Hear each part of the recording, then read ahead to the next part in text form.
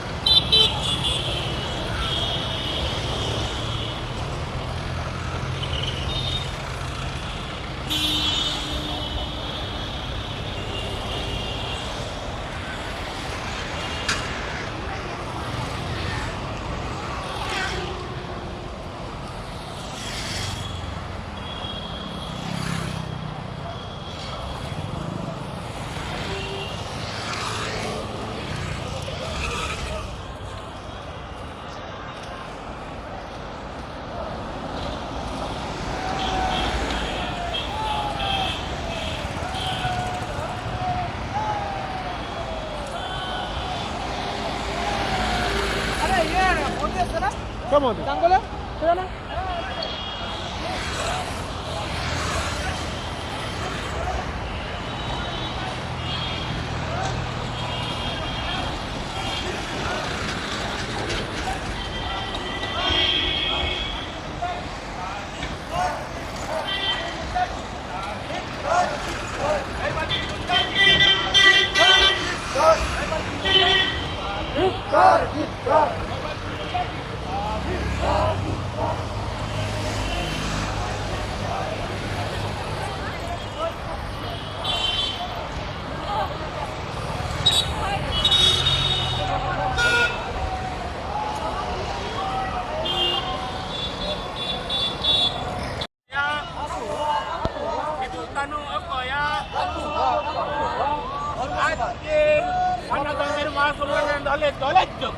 যোগ দিন যোগ দিন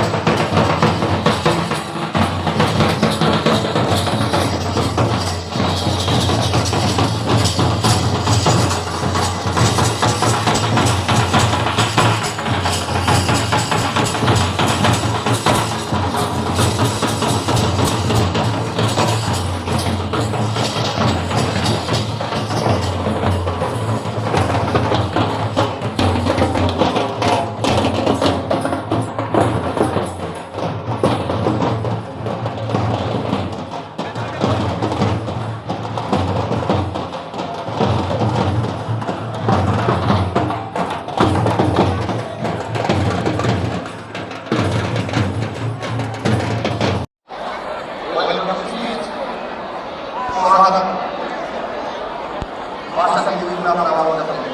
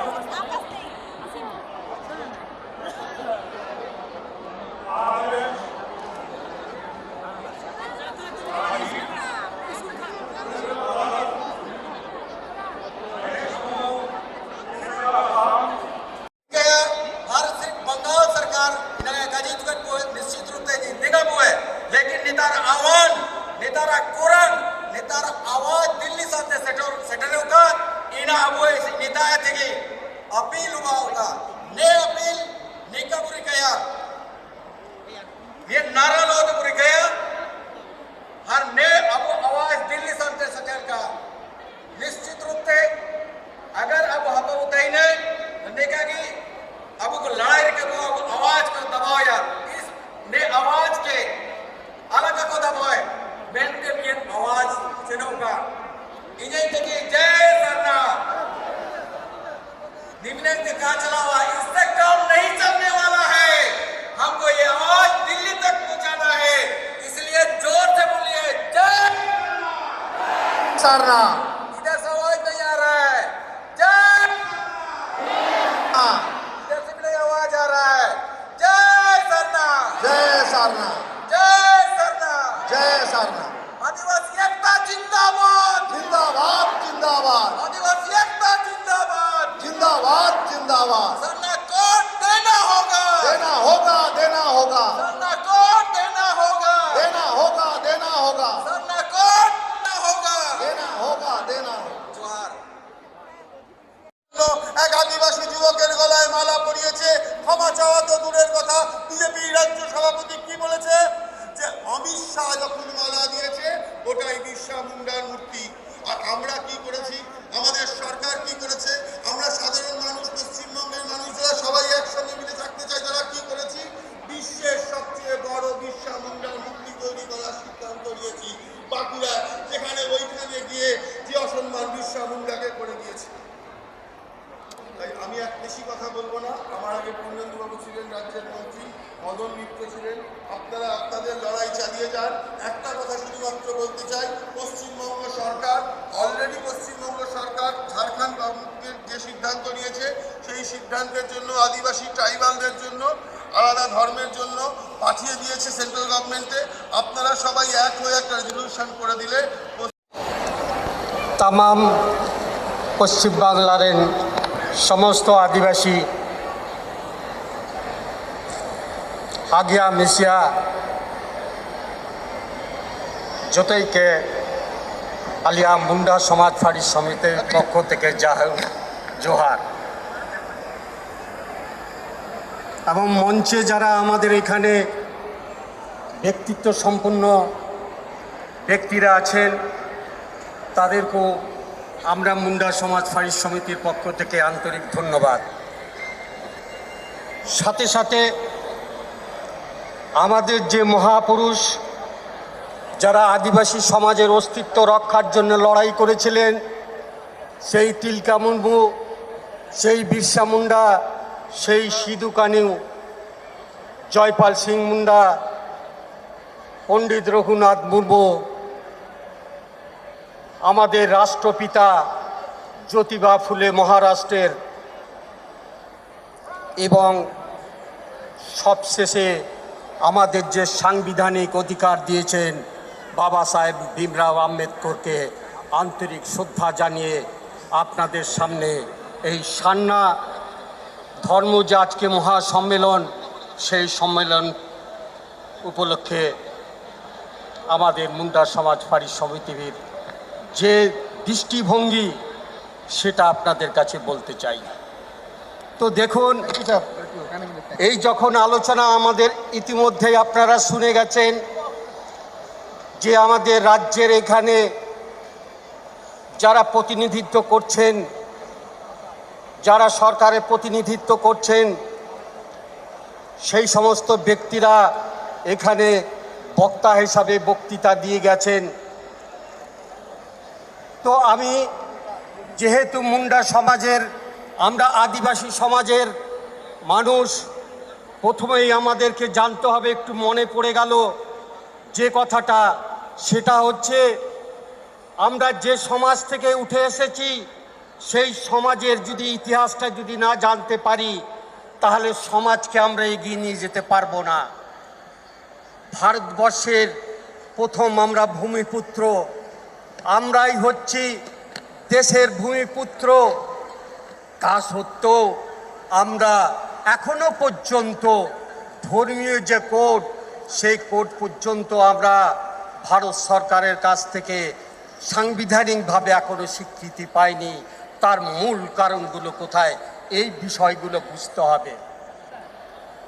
দেখুন, ভারতবর্ষের ভূমিপুত্র যদি ইতিহাসটা একটু টানি, যেহেতু সংক্ষিপ্ত বলা আছে, সেটা হচ্ছে আমরা যদি পেছনের দিকে এগিয়ে যাই সেটা দেখব 4000 বছর আগের যদি ইতিহাস দেখি যে আমাদের এখানে ভূমিপুত্র যারা ছিলেন তাদের আর্যর আগমনের ফলে আর্য অনার্যের মধ্যে লড়াই হলো।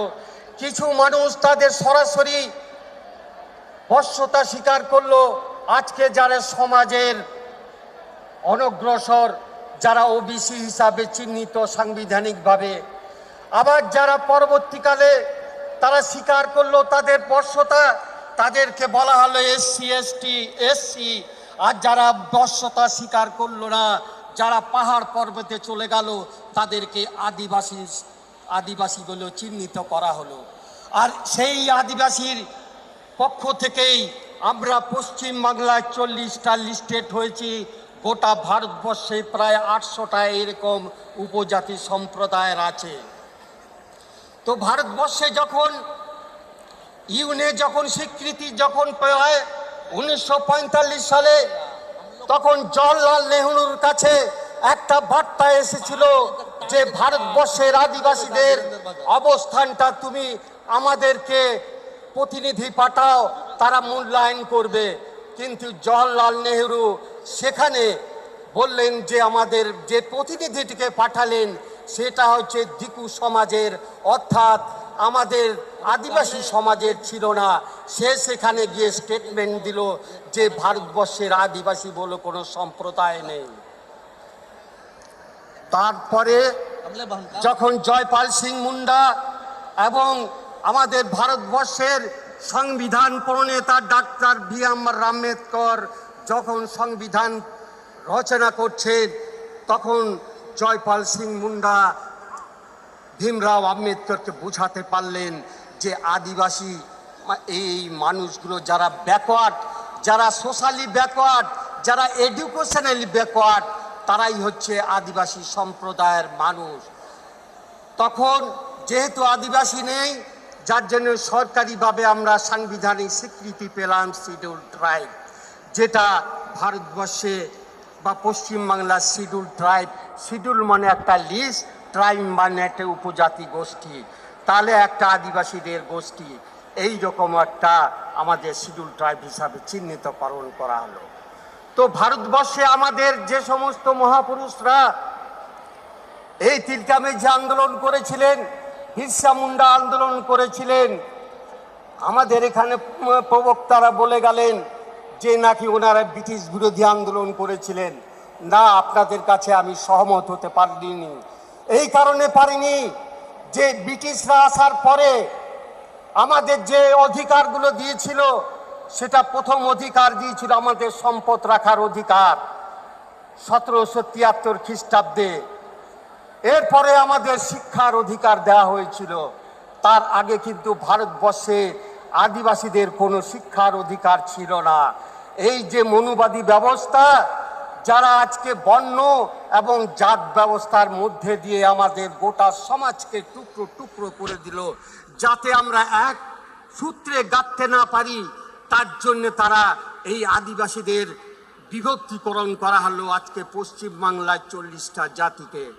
আজকে সারনা ধর্মকে নিয়ে যখন আজকে আমরা 40টা জাতি একত্রিত হচ্ছি, তখন আমার মনের মধ্যে যে বিচ্ছিন্ন আমাদের করে রাখার যে মনোবাদী ব্যবস্থা করেছিল, সেটাকে আমরা ত্যাগ করতে পেরেছি।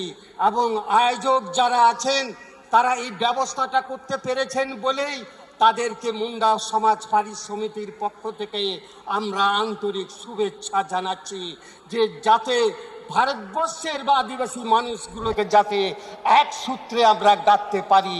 এইটা যদি করতে পারি, তাহলে আমাদের সারনা ধর্মের কোড আমরা আদায় করতে পারবো। ইতিমধ্যেই জানেন যে ভারতবর্ষে প্রথম যখন সেন্সাস, অর্থাৎ 10 বছর অন্তর অন্তর আমাদের একটা জনগণনা হয়, সেখানে প্রথম ব্রিটিশ পিরিয়ডে 1871 সালে যখন জনগণনা হয়, তখন আমাদের একটা কোড ছিল। সেটা কোড কি? অ্যাবরজিনাল একটা কোড ছিল।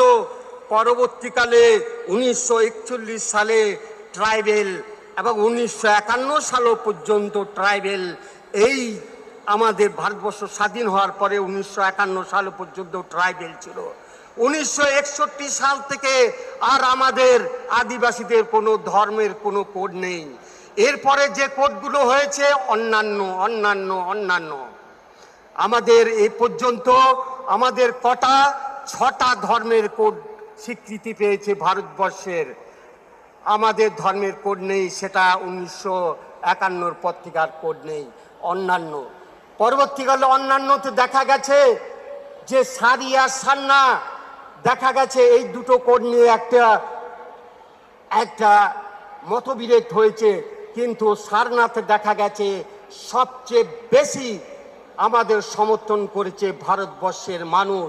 তাই আজকে ভারতবর্ষের আদিবাসীরা সারনা ধর্মের কোডকে নিয়ে সামনে এগিয়ে নিয়ে যেতে চাইছে। এই কোড যদি আমরা পাই, তাহলে আমরা একত্রিত হতে পারবো এবং একভাবে আদিবাসীদের পরিচয় হবে। একটাই পরিচয়, সেটা হচ্ছে সারনা ধর্মের কোড। দেখুন, হিন্দু ধর্ম বলে কোনো কোড নেই, হিন্দু ধর্ম বলে কোনো ধর্ম নেই। এখানে যারা বক্তব্য রাখলেন, ভারতবর্ষের কোনো হিন্দু ধর্ম বলে কোনো নেই। ভারতবর্ষে যা আছে সেটা হচ্ছে ব্রাহ্মণ্য ধর্ম। যদি রামায়ণ, মহাভারত, গীতা, উপনিষদ কোথাও হিন্দু ধর্মের উল্লেখ নেই। যেটা আছে সনাতন ধর্ম, সেটা আছে ব্রাহ্মণ্য ধর্ম। হিন্দু ধর্ম কোনো কোথাও উল্লেখ নেই। ভারতবর্ষে যখন এই জনজাতিরা যখন আন্দোলন করছে, সেই আন্দোলনকে বিচ্ছিন্ন করার জন্যে তখন আমাদের মধ্যে বিভক্তকরণ করা হয়েছে। প্রথম যখন 1882 সালে যখন জনসংখ্যানুপাতিক যখন প্রতিনিধিত্বর দাবি তুলছে, ওই দিয়ে মহারাষ্ট্রের জ্যোতিবা ফুলে, সেই আন্দোলন যখন সামাজিক আন্দোলন গোটা ভারতবর্ষে যখন ছড়িয়ে পড়ছে, সেই আন্দোলনকে ধামা চাপার জন্য ভারতবর্ষের সামাজিক যে আন্দোলন, সেই আন্দোলন রাজনৈতিক উত্তরণ ঘটলো। আমরা কি দেখতে পেলাম? আমরা দেখতে পেলাম ভারতবর্ষে 1885 সালে যাতে রাজ ক্ষমতায় আমরা যেতে না পারি, আমাদের ভারতবর্ষের আদিবাসীদের জনসংখ্যা হচ্ছে আজকে 2001 সালের যেটা সেন্সাস আমরা পেয়েছি, সেটা আছে 8.6, সেটা বেরিয়ে হয়তো 9-এর উপরে চলে গেছে। কিন্তু তা সত্ত্বেও ভারতবর্ষের আমাদের বিচ্ছিন্ন করে রাখা যাচ্ছে। ভূমিপুত্র হয়েও শিক্ষা দীক্ষায়, সামাজিক বা নিজেদের সৃষ্টি কালচারে আমাদেরকে শেষ করে দেওয়া হচ্ছে। সেটা একটা চক্রান্ত, রাজনৈতিক চক্রান্ত, যাতে আমরা ক্ষমতায় এনে যেতে পারি। 1885 সালে কংগ্রেস তৈরি হয়। সেটা আমাদের ভারতবর্ষের প্রথম যাকে সভাপতি করা হলো উমেশচন্দ্র বন্দ্যোপাধ্যায়। তারপরে সেখান থেকে তৈরি হলো 1969 সালে আইএনসি, ইন্দিরা কংগ্রেস, 1971 সালে আইএনসি, 1998 টিএমসি। আমরা অপর দিকে যদি দেখতে পাই, ভারতবর্ষে 1922 সালে হিন্দু মহাসভা বিনয়কা সাভারকারের নেতৃত্বে, 1950 সালে আরএসএস, অর্থাৎ যেটাকে বলা হয় রাষ্ট্রীয় স্বয়ংসেবক না, ওটা হচ্ছে রেশিয়াল সিক্রেট সার্ভিস, অর্থাৎ প্রজাতীয় গোপন রহস্য, অর্থাৎ জাতিগত একটা বিভাজন তৈরি করার যে আরএসএস পরিকল্পনা করছে, সেইটা তৈরি করলেন কেশব বলিরাম হেডওয়াকার এবং মহাদেব সদাশিব গোলওয়াকার 1968 সালে। সেখান থেকে জনসংঘ, সেটা হচ্ছে শ্যামপ্রসাদ মুখার্জি 1977 সালে জনতা পার্টি, আজকের ভারতবর্ষ 1980 সালে বিজেপি। তাহলে দেখুন, এই ভারতবর্ষের এই সমস্ত সরকারগুলো আমরা দেখতে পেয়েছি যে আজকে 70 বছর কেটে গেল, কিন্তু ভারতবর্ষের আদিবাসীদের কোনো উন্নয়ন ঘটলো না। তার কারণ তারা আমাদেরকে এই জায়গায় নিয়ে যেতে চায়নি। তারা বুঝতে পেরেছে আদিবাসীরা যদি তাদের চোখ খুলে যায় তাহলে তাদের অধীনে থাকতে হবে, তার জন্য তাদের বিভাজন। তা নাহলে ভাবুন, আজকে ভারতবর্ষে ভূমিপুত্রদের সংখ্যা 85% মানুষ, যারা ওবিসি, এসসি বা আদিবাসী সবাই আমরা ভারতবর্ষের, ওরা বিভাজন তৈরি করে নিল। আর আমাদের পশ্চিম বাংলার চিত্রটা যদি দেখেন, 5%, যারা 5% মানুষ 95% মানুষকে আজকে কায়েম করছে, অথচ আমরা নিজেরা আমাদের শক্তিটাকে ধরে রাখতে পারছি না। আপনারা নিশ্চয়ই হাতি দেখেছেন, যদি চোখগুলোকে, কানগুলো ঢাকা থাকে, সে দেখতে পায় না তার ক্ষমতাটা, পেছনের শক্তিটাকে। আমাদেরও সেইভাবে চোখগুলোকে আড়াল করে রাখে যে আদিবাসীদের যদি একত্রিত হই তাহলে আমরা বিরাট কিছু করে দিতে পারি। তার জন্যে আমাদের বিভাজন তৈরি করে রেখেছে। তাই আমি আজকে আজকে আমাদের সারনা মহাসম্মেলন, এই সম্মেলন থেকে একটা শপথ নেব, ভারতবর্ষের তামাম সমস্ত আদিবাসী যাতে একটা ছত্রছায়া থেকে আগামী দিনে যাতে আন্দোলনটা, যে সমুদ্রের ঢেউ, একটা ঢেউ আর পরবর্তী ঢেউর জন্ম দেয়, আমাদের আন্দোলন হোক, পরবর্তী আন্দোলনের জন্য তৈরি থাকুন। আপনারা এখান থেকে ফিরে গিয়ে পরবর্তী আন্দোলন যে রূপরেখা হবে, সেই আন্দোলনের জন্য সমস্ত কর্মীদেরকে তৈরি থাকতে বলুন। তাহলে আমাদের সারনা ধর্মের নিজস্ব কোডকে আমরা বজায় রাখতে পারবো। এই কথা বলে, আমাদের এই কথাটাও জানেন, ভারতবর্ষের যে শাসক শ্রেণী আমাদের বন জঙ্গল জমি আমাদের শেষ করে দিচ্ছে, আমাদের সংবিধানকে শেষ করে দিচ্ছে। আমাদের সংবিধানকে বাঁচাতে হবে, সাথে সাথে আমাদের সারনা ধর্মের যে কোড, সেই কোডকে আমাদেরকে সামনে রেখে বৃহত্তর আন্দোলনকে এগিয়ে নিয়ে যেতে হবে। এই কথা বলে সবাইকে আমার জোহার, এবং মঞ্চে যারা আছেন পুনরায় তাদেরকে আমার শ্রদ্ধা জানিয়ে আমার বক্তব্য এখানে শেষ করছি। জোহার।